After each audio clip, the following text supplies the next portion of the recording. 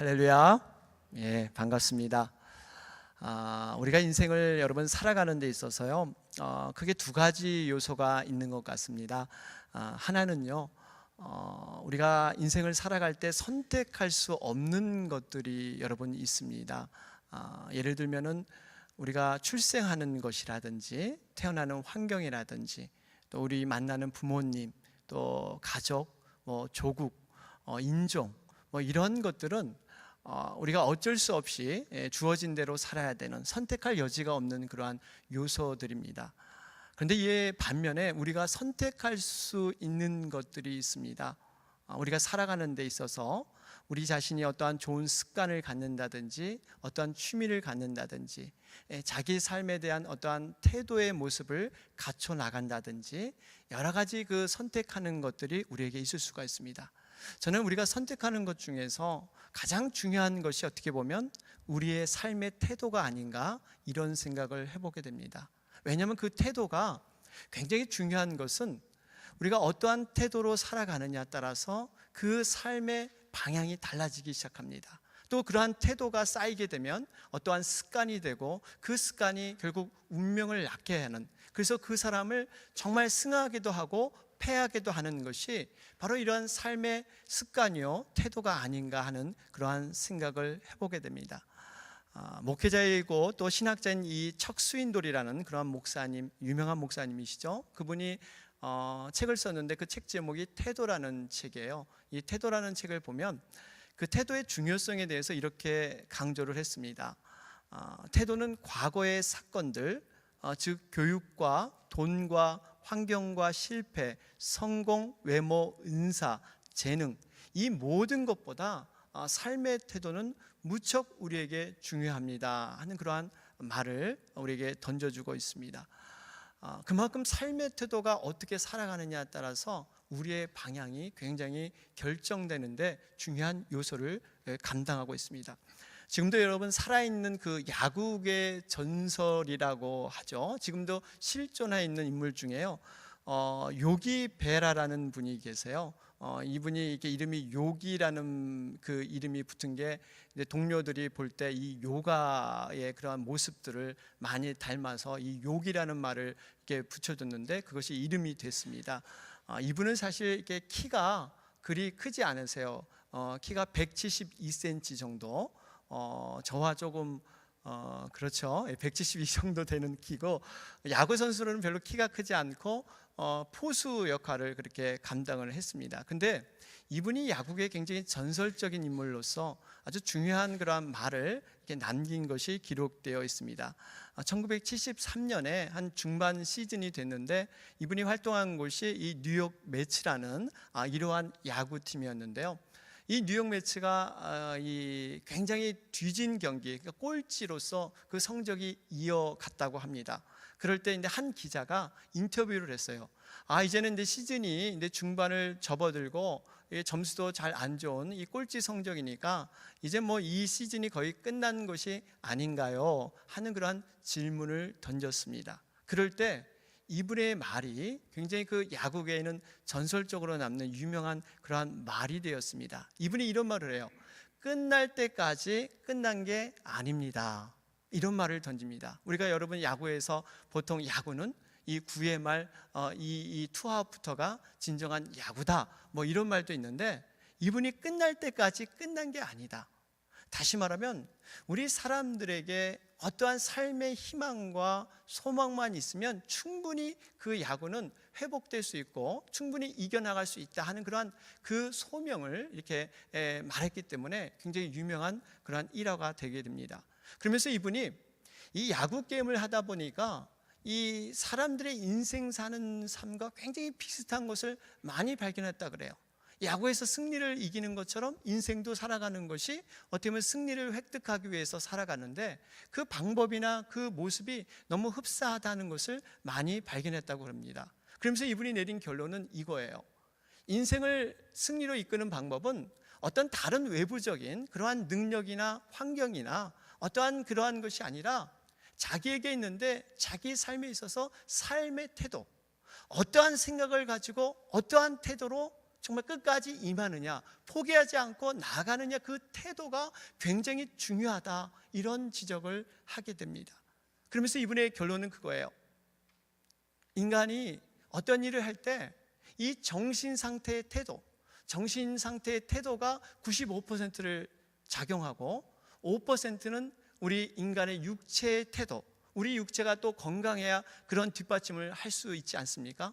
그렇기 때문에 이런 태도들을 통해서 바로 100%가 돼서 모든 일을 정말 이뤄나간다 하는 것들을 그렇게 고백한 적이 있습니다. 참 일리 있는 얘기예요. 우리의 태도가 그만큼 중요하다는 거예요.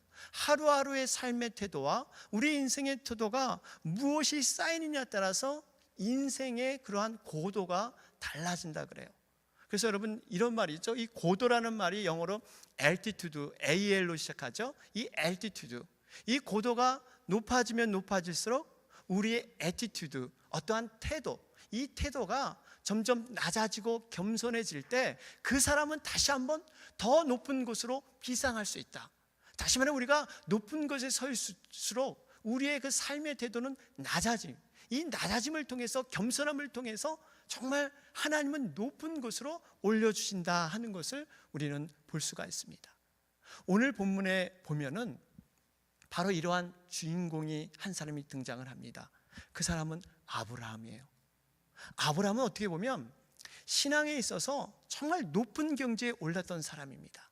높은 고도, 그 고도를 차지했던 사람이 이 아브라함이에요. 왜 그렇습니까? 아브라함에게는 하나님의 특별한 그런 은혜와 성령의 그 충만함이 경험됐던 자였습니다. 100세의 나이에 인간의 힘으로는 도저히 애를 낳을 수 없는 상황, 더구나 그 아내는 완전히 경수가 마른 상황, 이런 상황에서 하나님이 덜커덩 아들을 주셨습니다. 어떻게 보면 신앙의 그 놀라운 비밀을 체험한 것, 마치 여러분 바울이 3층 천을 경험하지 않습니까? 그가 하늘에 있는 놀라운 하나님의 그 영광과 임재에 들어가는 놀라운 신비로운 체험을 합니다. 어떻게 보면 아브라함도 그런 모습과 비슷해요. 다른 사람이 경험하지 못한 특별한 그런 은혜, 이게 여러분 어떻게 보면 우리의 신앙의 고도, 신앙의 높은 자리에 있다, 이렇게 표현할 수가 있습니다. 그런데 이 아브라함이 그러한 하나님의 축복과 은혜를 받고도 정말 오늘 말씀을 보면 어떻게 그가 삶의 그러한 신앙의 태도를 일관하고 있는가, 어떻게 하나님을 섬기고 하나님의 그 명령 앞에 순종하고 있는가 하는 것들을 우리가 살펴보면서 우리 자신도 때로는 하나님께서 우리를 높이시기 위해서, 지금도 높여 있지만 때로는 더 높은 하나님의 은혜와 임재 안으로 우리를 이끌기 위해서 이러한 시험이라는 것, 고난이라는 것을 때로는 사용하고 계십니다. 그럴 때 우리는 과연 이 아브라함을 통해서 어떻게 우리는 살아야 될 것인가 하는 것들을 여러분과 함께 좀 은혜로 이 시간 나누길 원합니다. 하나님께서요, 우리들에게 항상 원하시는 것이 있어요.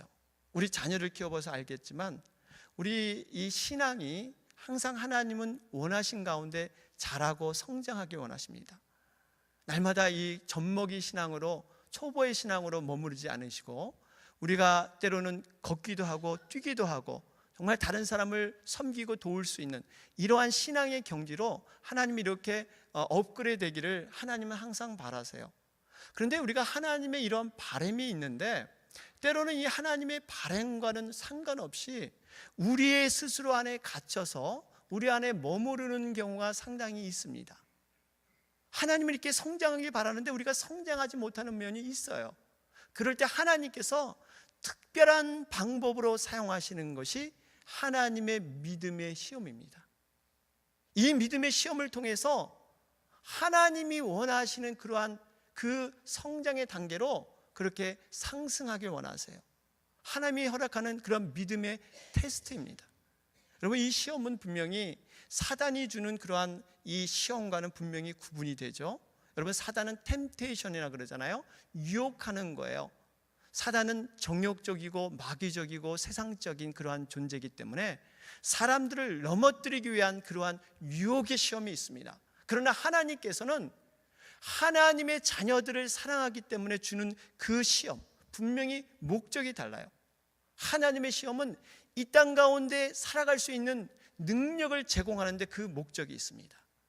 우리가 정말 하나님을 정말 믿고 사는 그 자녀로서 하나님이 공급받는 그 하늘에 오는 그 신령한 그 젖을 먹고 하나님의 그 만나를 먹고 살 수 있도록, 하나님을 더욱더 의지할 수 있도록 안내하는 것이 하나님의 시험이다, 이렇게 볼 수가 있어요. 그런데요 여러분, 하나님의 시험은요 특색이 있습니다. 하나님은 그냥 시험 가운데 툭 던져주고 네가 한번 이 멋대로 한번 살아봐라, 이렇게 하는 시험이 아니라 하나님의 그 시험은 특별한 그런 방법이 있어요. 삼중적인 그러한 안전장치를 통해서 우리들이 그 시험을 잘 이겨낼 수 있도록 하나님께서 모든 걸 그렇게 제공해 주세요. 여러분, 어떠한 것을 하나님께서 이루어 주십니까? 하나님 분명히 우리에게 시험을 허락하실 때 우리가 감당할 수 있는 시험밖에는 하나님께서 허락하지 않으신다고 말씀하세요. 우리가 감당할 수 없는 능력 밖의 시험은 하나님이 안 주신다고 분명히 성경에서 약속하셨어요. 더군다나 한 가지 또 안전장치가 뭡니까? 시험 당할 때 피할 길도 우리에게 허락해 주신다, 이렇게 말씀합니다. 시험의 길은 막혀 있는 것이 아니에요. 우리가 정말 믿음으로 보고 정말 하나님의 믿음으로 걸어가면 그 길이 열려 있는 그러한 시험인 줄 믿습니다. 이 시험이 우리에게 주어졌다 그랬어요. 제일 안전한 장치가 또 한 가지 더 있어요. 이 두 번째로 끝나는 게 아니에요. 무엇이죠? 성령이 말할 수 없는 탄식으로 바로 하나님의 백성을 위해서 간절히 기도하신다 그러잖아요. 하나님이 정말 보좌 우편에 그 계신 예수님께서 우리를 위해서 철저히 중보하시면서 가장 선한 길로, 잘된 길로 인도하시기 위해서 그러한 기도를 우리에게 주신다고 해서, 여러분 이걸 보면 우리가 시험이 그냥 혼자 던져진 것이 아니라, 고아처럼 우리가 던져진 것이 아니라 이렇게 삼중적인 하나님의 보호하심과 간섭하심과 섭리가 우리 안에 드리워 있다는 거예요. 이것을 우리가 어떻게 확인하죠? 믿음의 눈으로 여러분 확인하는 거예요. 믿음의 눈으로 그것을 바라볼 수 있는 거예요. 저는 이 시험을 생각할 때마다 학창 시절에 이 시험을 좀 떠올리곤 해요. 여러분 학창 시절의 시험을 여러 번 보셨겠지만 시험의 종류는 두 가지잖아요. 어떤 시험은 진짜 이 커트라인을 딱 잘라가지고 떨어뜨리기 위한 시험, 그래서 몇 명만이 이렇게 올라가는, 정말 이렇게 잘라서 떨어뜨리기 위한 그런 어려운 시험이 있습니다. 반면에 정말 또 쉬운 시험이 있어요. 이 시험을 그냥 대부분 패스시키기 위해서 이렇게 쉽게 보는 그런 시험이 있습니다. 어떻게 보면 하나님이 주신 시험은 이러한 그 패스하기 위한, 그래서 때로는 우리 학창 시절에는요 이렇게 그 시험 문제도 알려주고 그랬어요. 여러분 그런 경험 있으시죠? 예. 좋은 학교 나오신 분은 별로 경험이 없으시죠? 저는 좋지 않은 학교 나와서 이렇게 쉽게 시험을 내서 이렇게 시험 문제를 알려줘요. 그리고 또는 이렇게 답도 이렇게 풀어주는 경우도 있어요. 왜냐하면 학생들 다 이렇게 패스시키기 위해서 하는 그런 시험이 있더라고요. 저는 이걸 보면서 정말 하나님께서는 사실 이런 시험, 이 오늘 본문의 말씀도 여호와 일에 다 준비하신다 그러잖아요. 하나님이 시험을 주시지만 이미 그 응답을 다 준비하셔서 그 시험에 임하는 자에게 모든 하나님의 보여주심을 다 완벽히 보여주기 위해서, 여호와 일의 그 하나님을 만나기 위해서 하나님은 예비하시고 준비하신 줄 믿습니다. 아브라함에게 여러분 이삭을 바치라 그러잖아요. 이삭을 바치는 건 어떻게 보면 고난이고 아브라함의 편에서는 시험이었어요. 어떻게 이 독자 이삭을 바쳐? 주실 때는 언제고 또 달라 그럴 때는 언제야? 아브라함에게 그게 시험이었어요. 그런데 그 시험을 이미 하나님이 제공하실 때 숯불 속에 뭘 준비하셨습니까? 양을 준비하셨잖아요. 그러니까 그 시험을 통해서 너희들이 기도하고 그 시험을 맞는 자는 이미 하나님의 해답을 준비하셔서 그 해답을 통해서 찾아가라고 모든 것을 하나님은 예비하고 있다는 사실입니다. 오늘 본문 말씀 창세기 22장은요, 오늘 본문은요, 이 창세기 22장을 배경으로 하고 있는데요. 하나님께서 여러분 이삭을 바치라고 이렇게 시험을 하나님이 하시지 않습니까? 그런데 왜 이런 시험을 하셨을까요? 아브라함의 편에서 과연 무엇이 문제이기 때문에 하나님께서 느닷없이 이런 시험을 하셨을까요? 물론 하나님께서 아브라함의 신앙을 더 높이기 위해서 하는 그러한 시험이라고 제가 이미 말씀을 드렸습니다.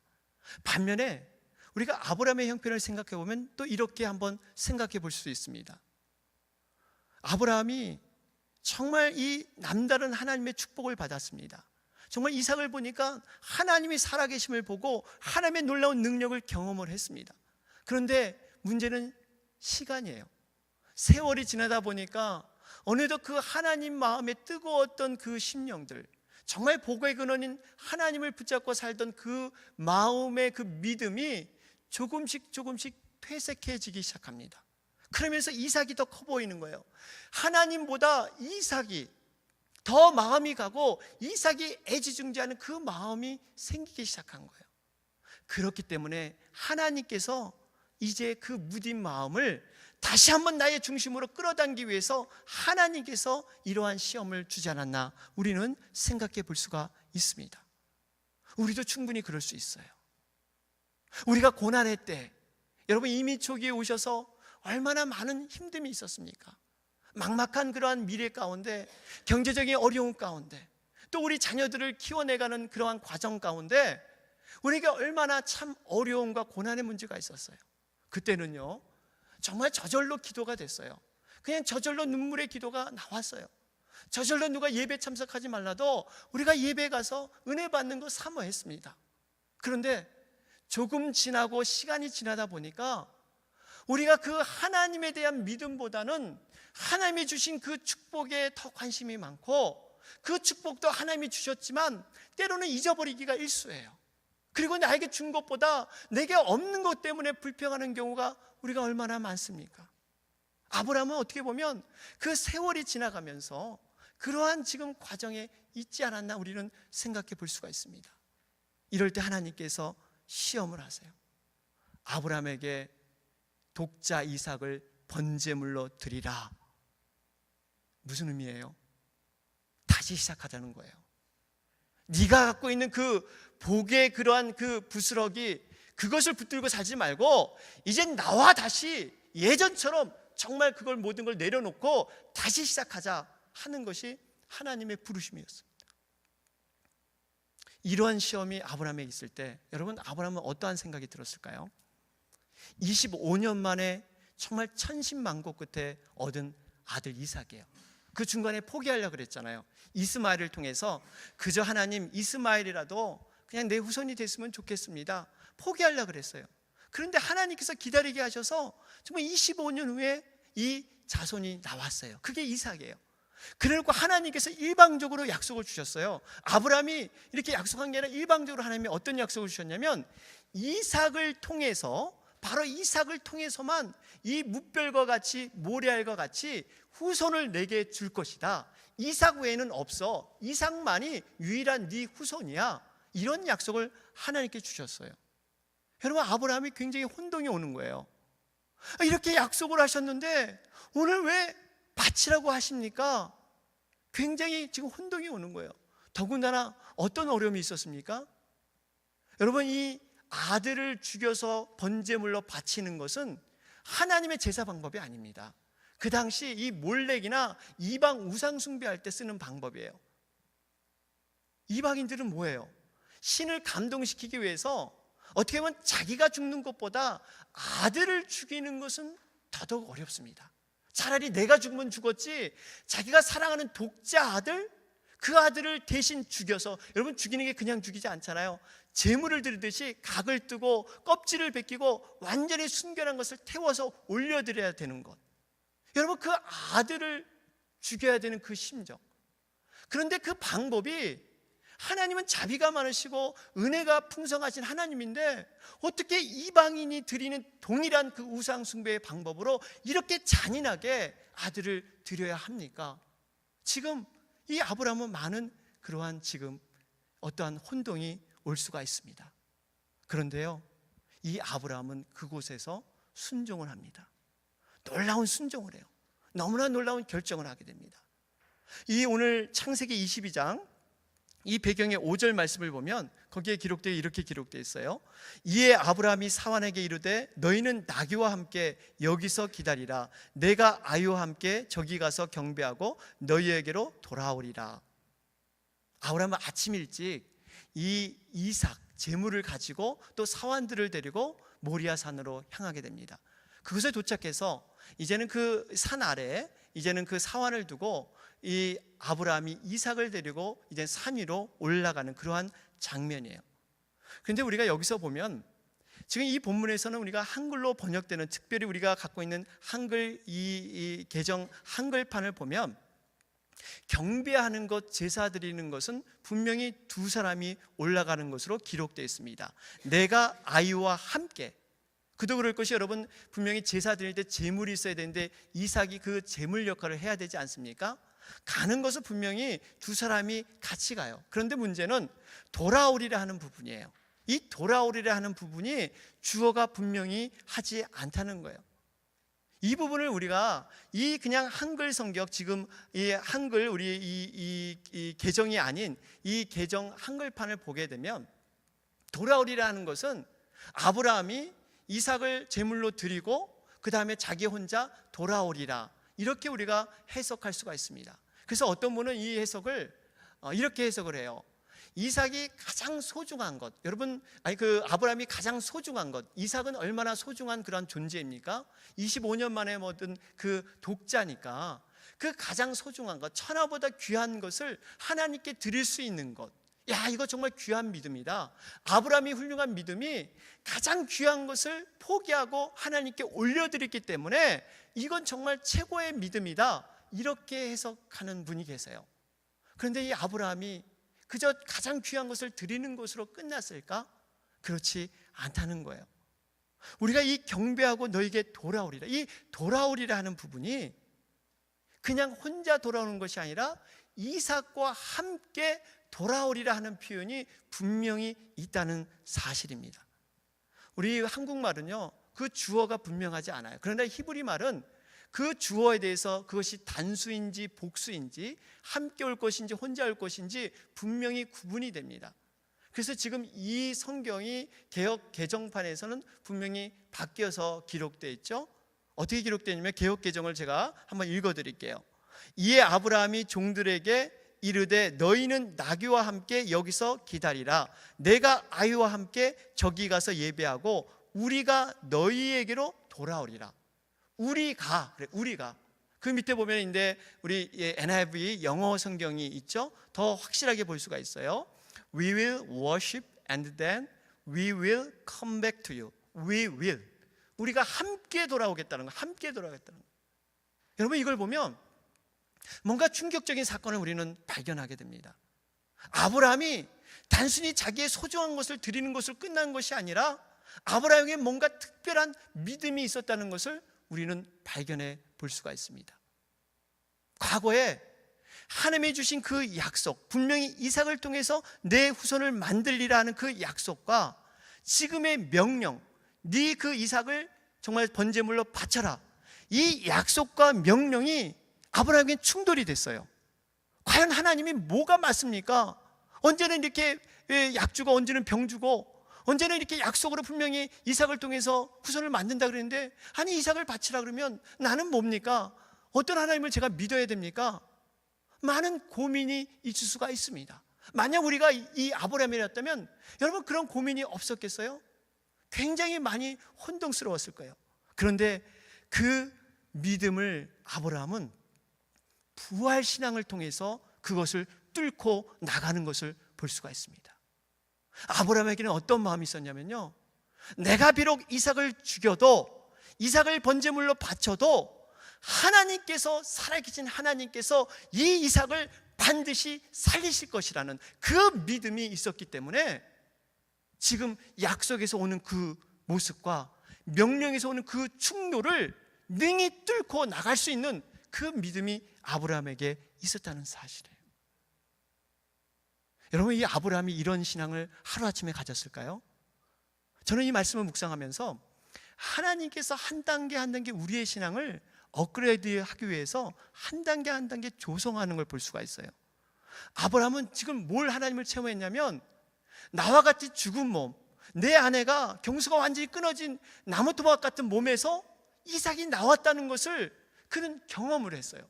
그 경험을 통해서 지금 부활할 수 있다, 내가 죽여도 살아날 수 있다는 것을 그는 고백할 수 있는 그러한 믿음의 신앙으로 거듭난 줄 믿습니다. 우리도 마찬가지예요. 우리도 하나님께서요, 정말 보이지 않게 우리의 믿음을 이끌기 위해서 한 단계 한 단계 우리를 올려주고 계세요. 우리를 이끌고 계세요. 그런 것을 우리가 다 체험을 할 때 그 신앙이 업그레이드 되는 것이 하루아침에 우리가 신앙이 점프되는 것, 그런 게 아니라는 사실이에요. 그러면서 이 모든 것들이 확인 있게 드러나는 것이 바로 오늘 본문 말씀 19절 말씀이에요. 19절 말씀에 반드시 그 말씀이 이제는 그러한 답으로 제시되고 있지 않습니까? 우리 19절 말씀 함께 같이 한번 읽어보도록 하겠습니다. 같이 읽겠습니다. 시작. 저가 하나님이 능히 죽은 자 가운데서 다시 살리실 줄을 생각한지라 비유컨대 죽은 자 가운데서 도로 받은 것이니라. 아멘. 여러분, 이 말씀을 보면 정말 놀라운 그 아브라함의 믿음의 모습을 볼 수가 있습니다. 하나님께서 주셨던 그 약속의 말씀, 그 약속의 말씀, 후손의 씨앗이 이삭을 통해서 난다는 말씀이랑 지금 명령, 바로 그 이삭을 바치라는 그 명령, 이 약속과 명령을 아브라함은 믿음을 통해서 그대로 이루시고 또 그 약속을 그대로 아브라함은 받아들여서 그것을 그대로 믿음의 행위 가운데 나타냈다는 사실입니다. 여러분, 이것이 얼마나 놀라운 위대한 신앙입니까? 약속도 약속으로 지키고 하나님의 명령도 명령으로 지킬 수 있는 것, 이것은 아브라함의 믿음의 축복이에요. 우리도 이러한 상황이 될 수 있어요. 아브라함과 같은 그러한 상황에 우리도 처할 수가 있습니다. 하나님께 때로는 그냥 상황만 우리에게 보여주기 때문에 그 약속은 그냥 멀리 있는 것처럼 보여주고 우리에게 주어진 그 상황, 일반적인 그러한 명령들이 우리에게 나타나 보일 때 우리는 상당히 당황스럽고 우리는 절망스러워할 수 있습니다. 하나님, 이게 어떻게 된 겁니까? 하나님의 약속을 따라서 나는 인내하고 기다렸는데 느닷없이 하나님, 이게 웬 말입니까? 우리도 이렇게 정말 아브라함 상황같이 처할 수가 있어요.